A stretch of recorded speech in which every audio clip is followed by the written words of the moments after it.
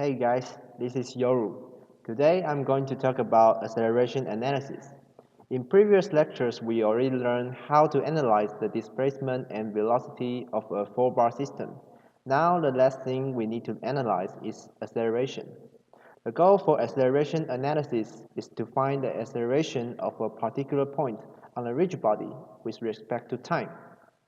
Basically, the procedures are the same as velocity analysis. The constraint equations for velocity analysis are obtained by differentiating the constraint equations from displacement analysis. Again, according to kinematics, we know that acceleration, which is r double dot, can be determined by differentiating the velocity with respect to time. So if we differentiate the constraint equations for velocity analysis with respect to time, we can obtain the constraint equations for acceleration analysis. That is, a1 plus a2 plus a3 plus a4 equals to 0. And if we express it with its xy component, we will have something like this. Since theta1 dot, theta2 dot, and theta3 dot have been determined from velocity analysis, the equation, again, is a single degree of freedom system.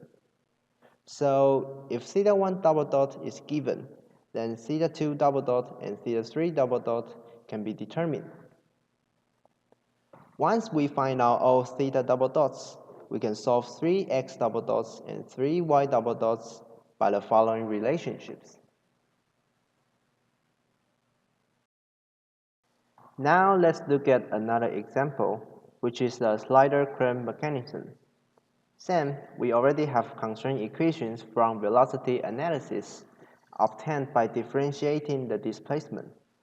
Again, we differentiate the velocity with respect to time to get acceleration, that is a1, a2, and a3.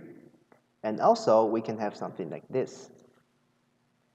Since theta1 dot and theta2 dot have been determined from velocity analysis, the equation is single degree of freedom system. So if theta1 double dot is given, then theta2 double dot and x3 double dot can be determined. Once we find out the theta1 and theta2 double dots and x3 double dots, we can find the rest variables by the following relationships. Note that the y3 double dot and theta3 double dot are 0 since y3 dot and theta3 dot are 0. Now let's look at the last example. It is an inverted slider crank mechanism. Again, we already have the constraint equations for velocity analysis. We can differentiate them and get the constraint equations for acceleration analysis, which is something shown here. Note that L2 here is a function of time, since the length of L2 will change with respect to time. And since theta1 dot and theta3 dot have been determined from velocity analysis, the equations again is a single degree of freedom system. If theta1 double dot is given, then theta3 double dot and L2 double dot can be determined. Here we should notice that since in this example, the L2 dot is also a function of time.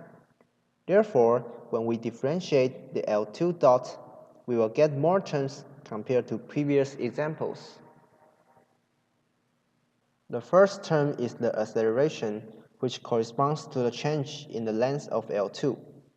And the third term is the centripetal acceleration. Both of them are in the normal direction.